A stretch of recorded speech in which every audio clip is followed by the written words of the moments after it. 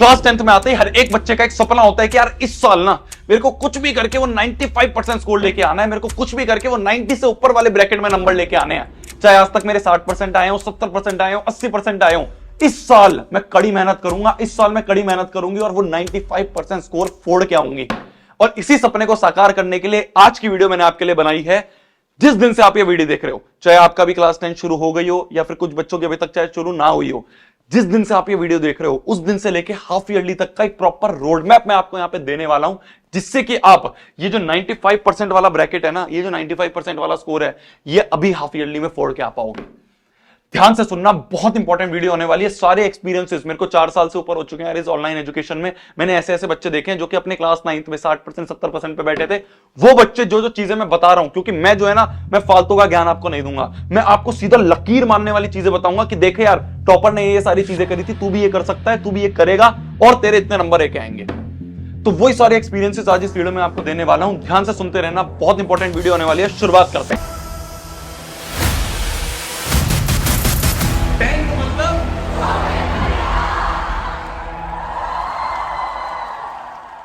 सबसे पहली चीज जो आपको दिमाग में रखनी है वो ये होती है कि यार आपका सिलेबस आपको पता होना चाहिए।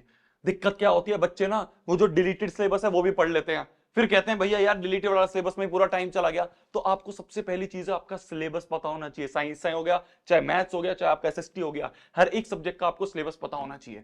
दिक्कत क्या आती है, कहीं से कुछ देख लिया, कहीं से कुछ सिलेबस देख लिया, अब भी कंफ्यूज है। किसी ने क्या करा, अपने बड़े भैया की एनसीईआरटी ले ली, किसी ने अपने बड़े सीनियर की एनसीईआरटी ले ली, तो उसमें पुराना कंटेंट है।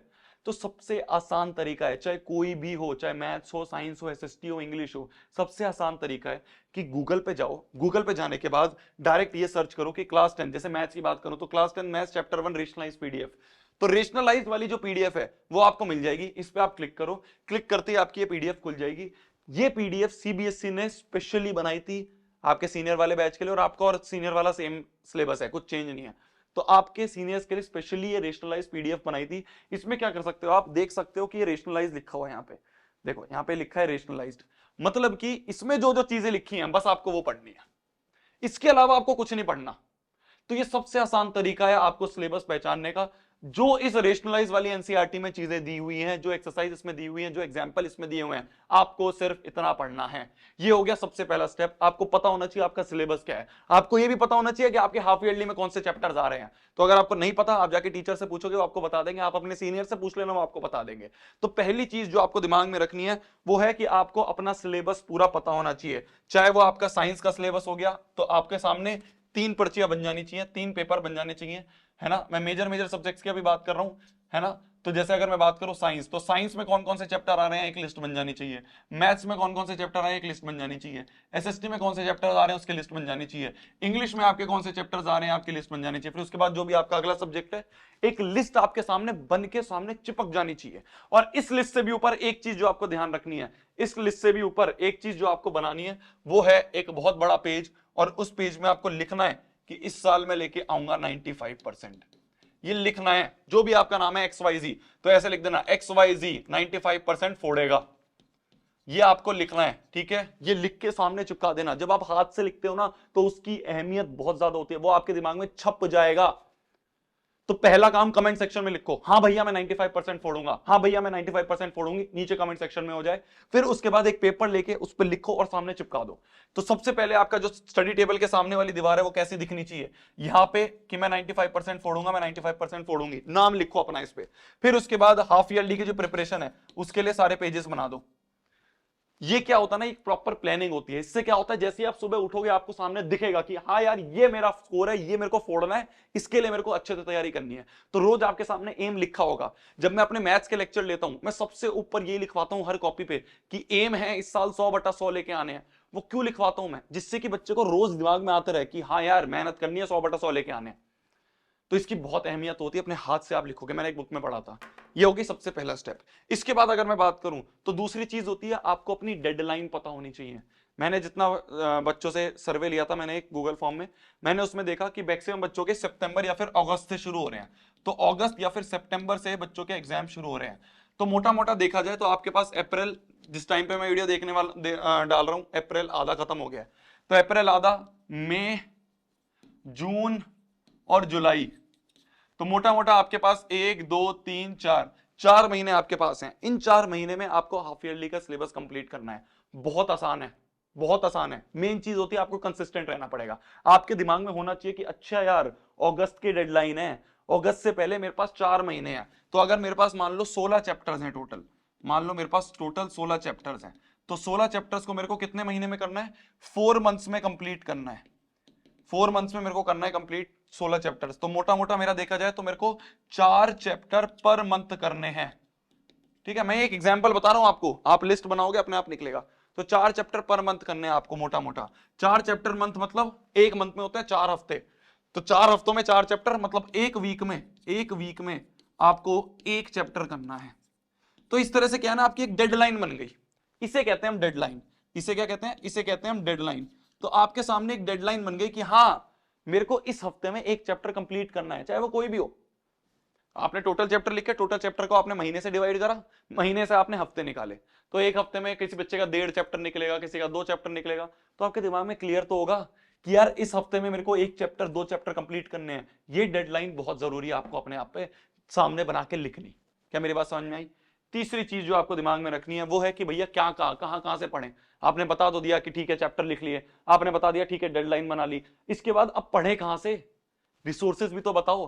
तो रिसोर्सेज के लिए सबसे पहली चीज जो आपको दिमाग में रखनी है वो होती है आपकी वन शॉट वीडियो। सबसे पहला काम है, जिस भी चैप्टर को उठा रहे हो एक वन शॉट वीडियो देखो, जिसकी भी अच्छी लग रही है, मेरी अच्छी लग रही है, किसी और फलाना टीचर की अच्छी लग रही है, एसएसटी की किसी की अच्छी लग रही है। मैं यहाँ पे प्रमोशन नहीं करने आया हूं, मैं यहाँ पे तुम्हें तरीका बताने आया हूं। मेरी अच्छी लग रही है, मेरे से देखो, सारे चैप्टर पढ़ा रखे हैं मैथ्स बाय शोभित निर्वाण चैनल पे। तुम किसी बैच में एनरोल्ड हो, बहुत बढ़िया, जैसे वहां पे पढ़ाया जा रहा है वहां पे देख लो। ठीक है, आप आरएम बैच में हो या फिर किसी और के बैच में हो, किसी में भी बैच में हो, वहां पे हो तो उसी पे स्टिक रहो। जैसे वो पढ़ा रहे हैं उस शेड्यूल से उसी तरीके से पढ़ो जो आपको वहां पढ़ाया जा रहा है। तो वहां पे आपको वन शॉट लेक्चर्स हो गए। जो बच्चे किसी बैच में नहीं है उनके मैं बता रहा हूँ, वन शॉट वीडियो देख लो। वन शॉट के साथ साथ आप नोट्स बना लो। ठीक है, नोट्स भैया कहां से मिलेंगे? मैंने सारे बना रखे हैं। इंडिया के बेस्ट नोट्स है फॉर क्लास 10th, आपके लाखों सीनियर्स ने यूज करे हैं, वो सारा डिस्क्रिप्शन में मैं आपको लिंक दे दूंगा। आप जाओ डाउनलोड करो। तो आपने चैप्टर पढ़ा, साथ में नोट्स रख लिए, आपने नोट्स और चैप्टर को अच्छे अच्छे से ध्यान से पढ़ा, वन शॉट वीडियो देखी, वन शॉट वीडियो के साथ में नोट्स रख लिए। जो जो चीजें आपको वन शॉट वीडियो में पढ़ाई जा रही हैं उस नोट्स में वो ऐड करते रहो। मैक्सिमम चीजें लिखी होंगी पर कुछ चीज नहीं है तो ऐड कर लो। ठीक है, नोट्स का प्रिंट निकलवा लेना। तो पहला काम है वन शॉट वीडियो देखो। वन शॉट के बाद आपका मेन काम होता है एनसीईआरटी की रीडिंग करना। खाली वन शॉट से आपका वो चैप्टर क्लियर नहीं हुआ, चाहे वो साइंस हो गई, चाहे वो एसएसटी हो गई, चाहे वो इंग्लिश हो गई। एक वन शॉट वीडियो से आपका वो चैप्टर नहीं निपटा है, इस बात को दिमाग में डाल लो। एनसीईआरटी की रीडिंग बहुत ज्यादा जरूरी है। तो पहला काम वन शॉट से ओवरव्यू लिया, ओवरव्यू के बाद एनसीईआरटी को लाइन बाय लाइन रीड करा, लाइन बाय लाइन रीड करने के बाद अपने एनसीईआरटी के जितने भी एग्जांपल्स आ रहे थे बीच में, साइंस में आप देखोगे बीच में एग्जांपल्स आते हैं, और जितने भी क्वेश्चंस हैं वो सारे क्वेश्चन जो एक्सरसाइज के बैक एक्सरसाइज वाले क्वेश्चंस होते हैं वो आपको अटेम्प्ट करने हैं। तो वन शॉट से ओवरव्यू हुआ, एनसीईआरटी से डीप गए, क्वेश्चंस की प्रैक्टिस करी। अब और क्वेश्चंस कहां से प्रैक्टिस करें? प्रीवियस ईयर क्वेश्चन से। प्रीवियस ईयर क्वेश्चंस उस चैप्टर के आपको लगा लेने हैं। प्रीवियस ईयर क्वेश्चंस नोट्स के एंड में मैंने डाल रखे हैं, वरना आप गूगल पे जाओगे, गूगल पे जाने के बाद आप सर्च करना। ठीक है, गूगल पे जाओ, गूगल पे जाने के बाद आप सर्च करो। जैसे आप गूगल पे गए, आपने गए चैप्टर नंबर 1 मैथ्स, तो टेंथ आपने लिखा 10th maths chapter number 1 PYQs लिखा। 10th maths chapter number 1 PYQs, ये रे अलग अलग वेबसाइट्स ने डाल रखे हैं। ये अलग वेबसाइट है, ये एक वेबसाइट है। तो सारे PYQs आपके डले हुए हैं, आपको अलग से कोई बुक लेने की जरूरत नहीं है। तो ये आपके 4 स्टेप हैं, इसका स्क्रीनशॉट ले लो। पहला स्टेप वन शॉट देखा, ओवरव्यू लिया, ओवरव्यू लेने के बाद एनसीईआरटी को डीप रीड करा, क्वेश्चंस प्रैक्टिस करे और क्वेश्चंस प्रैक्टिस करे। इससे आपका वो चैप्टर कंप्लीटेड है। इसके बाद कुछ और बुक्स करनी होती हैं, वो अभी जरूरी नहीं है। अभी तो पहला मेन काम है हमें सिलेबस कंप्लीट करना। जब जरूरी होंगी मैं चैनल पे आके बता दूंगा, तो आप सब्सक्राइब कर सकते हो आपका मन करे तो। लास्ट चीज जो आपको मोस्ट इंपॉर्टेंट टिप्स, जो मोस्ट इंपॉर्टेंट प्रो टिप्स आपको दिमाग में रखनी है। पहला, कभी भी कोई टेस्ट को स्किप नहीं करना। जितने भी टेस्ट आपके हो रहे हैं वो सारे देके आने हैं। टेस्ट का मतलब ये नहीं होता कि आपको टॉप की रैंक लानी है। टेस्ट का एक बहुत बड़ा मोटिव ये होता है कि कुछ बच्चे जो भटके हुए होते हैं, जब वो टेस्ट देते हैं उन्हें पता चलता है उनकी औकात कितनी है। मैं आपको हार्श वर्ड्स यूज कर रहा हूं पर मेन पॉइंट यही है, कोई भी टेस्ट मत छोड़ना। इससे आपको अपनी औकात पता चलती है, पता चलता है कि मैं कहां स्टैंड कर रहा हूं। फिर आप और मेहनत करोगे तो ये आपको एक धक्का देने के लिए काम आते हैं। पहली चीज, टेस्ट अच्छे से देने सारे। दूसरी चीज, जब भी कोई क्वेश्चन कर रहे हो और आपको लग रहा है वो इंपॉर्टेंट है, उसको वहीं स्टार मार्क कर लेना मेरी जान। ये एंड में बोर्ड्स के टाइम पे काम आता है। जब आप बोर्ड्स का टाइम पे क्वेश्चंस कर रहे होगे तो आपके पास इतना टाइम नहीं होगा आप पूरी एनसीईआरटी करो। आप वो करोगे जिस पे आपने स्टार मार्क लगा रखे हैं। तो किसी भी क्वेश्चन में अटको, कोई भी क्वेश्चन आपको ऐसा लगे थोड़ा टेढ़ा है, उस पर स्टार मार्क कर लो। तीसरी चीज, एनसीईआरटी की रीडिंग नहीं स्किप करनी। मैंने फिर लिखा ये पॉइंट अलग से स्पेशली इसलिए लिखा है क्योंकि बच्चे इसको बहुत हल्के में लेते हैं। बच्चे सोचते हैं एनसीईआरटी कौन रीड करेगा, वन शॉट देख ली, इंग्लिश का वन शॉट देख ली, हो गया काम। नहीं, बीच बीच में से क्वेश्चन आते हैं, लाइन से उठ के क्वेश्चन आ जाते हैं सीबीएसई में। आप प्रीवियस ईयर क्वेश्चन देख लेना, प्रीवियस ईयर के पेपर देख लेना, बीच में से उठ के आते हैं। कभी भी एनसीईआरटी रीडिंग को स्किप नहीं करना।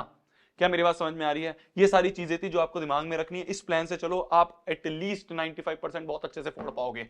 तब तक के लिए भाई पढ़ना है, फोड़ना है, कहर मचा देना, आग लगा देने। मेरी तरफ से कोई और चीज चाहिए तो प्लीज एक बार कमेंट सेक्शन में नीचे बताना। मैं आपके लिए 24/7 खड़ा हूं। शोभित भैया आपके लिए 24/7 खड़े हैं, या आप शोभित भैया का वादा है। मिलते हैं अगली वीडियो में, तब तक के लिए भाई बाय बाय, टेक केयर। मिलते हैं अगली वीडियो में, बाय बाय। जाओ पढ़ लो, यूट्यूब बंद कर लो, पढ़ लो, बाय।